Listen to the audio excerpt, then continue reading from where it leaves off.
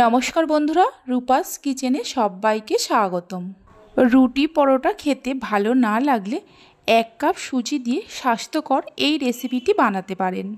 এটা আপনারা চাইলে স্কুল অফিসের টিফিনের জন্যও বানাতে পারেন। চটজলদি বানিয়ে নেওয়া যায়। আশা করি রেসিপিটি আপনাদের ভালো লাগবে।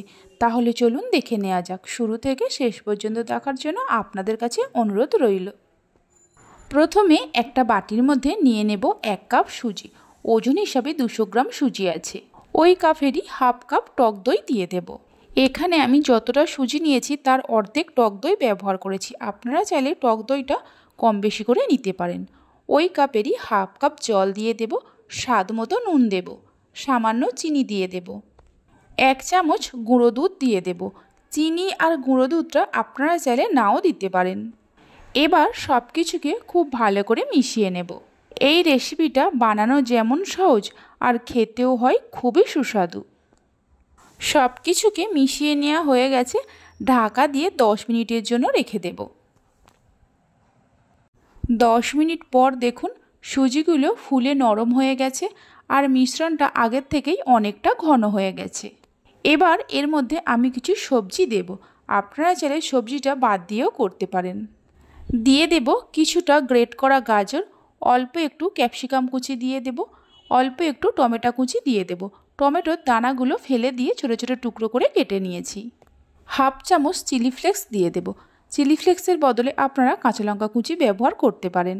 বাড়িতে যে ছোট চামচ থাকে ওই চামচের 3 ভাগের 1 ভাগ বেকিং সোডা দিয়ে দেব। বেকিং সোডার পরিবর্তে আপনারা 1 চামচ ইনোর ব্যবহারও করতে পারেন।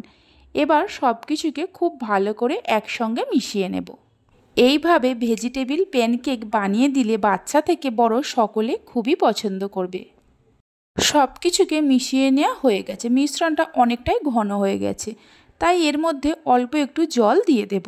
জল দিয়ে জলটাকে মিশিয়ে নেব। এই ব্যাটারটা একটু থকথকে মতো করতে হবে। কেক তৈরি করতে গেলে যেমন ব্যাটার তৈরি করতে হয় ঠিক সেই রকম। সব কিছুকে মিশিয়ে নেওয়া হয়ে গেছে। ব্যাটারের ঘনত্বটা ঠিক এইরকম থাকবে। দেখুন ভেজিটেবিল প্যানকেকের জন্য ব্যাটারটা তৈরি হয়ে গেছে। এদিকে গ্যাসের ওপর একটা ফ্রাইং প্যান বসিয়ে দেব। ফ্রাইং প্যানটার মধ্যে তেল ব্রাশ করে নেব। আপনারা চাইলে বাটারও ব্রাশ করে নিতে পারেন। ফ্রাইং প্যানের মধ্যে ভালো করে তেল ব্রাশ করে নেওয়ার পর ফ্রাইং প্যানটা গরম হলে কিছুটা করে ব্যাটার নিয়ে এইভাবে গোল করে দিয়ে দেব। প্যানকেকগুলো এখানে আমি মিডিয়াম সাইজের করে বানাচ্ছি। আপনারা এর থেকে ছোট বড় নিজেদের ইচ্ছে মতো করে নিতে পারেন। ব্যাটারটা দেওয়ার সময় গ্যাসের ফ্লেমটা লোতে রাখতে হবে। এই প্যানকেকগুলো নরম তুলতুলে ও স্পঞ্জি হয়। এখানে আমি ফ্রাইং প্যানের মধ্যে 3টে করে প্যানকেক বানাচ্ছি। ব্যাটারটা দেওয়ার পর গ্যাসের ফ্লেমটা লো টু মিডিয়ামে করে 1 থেকে 1.5 মিনিটের জন্য ঢাকা দিয়ে দেব। 1.5 মিনিট পর ঢাকা খুলে দেখাচ্ছি। দেখুন প্যানকেকের ওপরটা কেমন শুকিয়ে এসছে। এবার একটা খুন্তি দিয়ে এইভাবে উল্টে দেব। অবশ্যই গ্যাসের ফ্লেমটা লো টু মিডিয়ামে রেখেই করতে হবে। হাই ফ্লেমে বা মিডিয়াম ফ্লেমে করতে যাবেন না, তাহলে খুব তাড়াতাড়ি লাল হয়ে যাবে। প্যানকেকগুলো উল্টে দেওয়ার পর ওপর দিয়ে আবারও একটু করে তেল ব্রাশ করে দেব। তেল ব্রাশ করে দেওয়ার পর উল্টে পাল্টে মিনিট 2-3 সময় ধরে প্যানকেকগুলোকে ভেজে নেব। আমার মতো করে এইভাবে একবার ভেজিটেবিল প্যানকেকের রেসিপিটি বাড়িতে বানিয়ে দেখতে পারেন। বাড়িতে বানালে খেয়ে আপনাদের কেমন লাগলো অবশ্যই আমাকে কমেন্ট করে জানাবেন।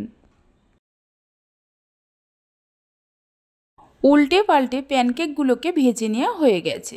এবার এই প্যানকেকগুলো একটা প্লেটের মধ্যে তুলে রেখে দেব।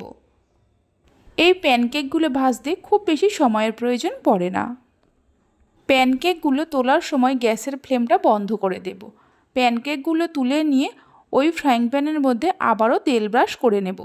তেল ব্রাশ করার পর গ্যাসটা জ্বালিয়ে দিয়ে কিছুটা করে ব্যাটার ওই একই রকমভাবে দিয়ে দেব। বাকি প্যানকেকগুলো ওই একই রকমভাবে তৈরি করে নেব। সবগুলো প্যানকেক তৈরি করে নেওয়া হয়ে গেছে। একটা প্যানকেককে হাতের মধ্যে নিয়ে দেখাচ্ছি। দেখুন কতটা নরম তুলতুলে ও স্পঞ্জি হয়েছে। দেখে নিশ্চয়ই বুঝতেই পারছেন। আমার রেসিপি যদি আপনাদের ভালো লেগে থাকে অবশ্যই একটা লাইক করবেন, বন্ধুদের সঙ্গে শেয়ার করবেন, ভালো লাগলে চ্যানেলটি সাবস্ক্রাইব করে পাশে থাকা বেল আইকনটি প্রেস করবেন নতুন রেসিপির আপডেট সবার আগে পাওয়ার জন্য। তাহলে চলুন ভিডিওটা আমি এখানেই শেষ করছি। আপনারা সবাই ভালো থাকবেন, সুস্থ থাকবেন। ধন্যবাদ।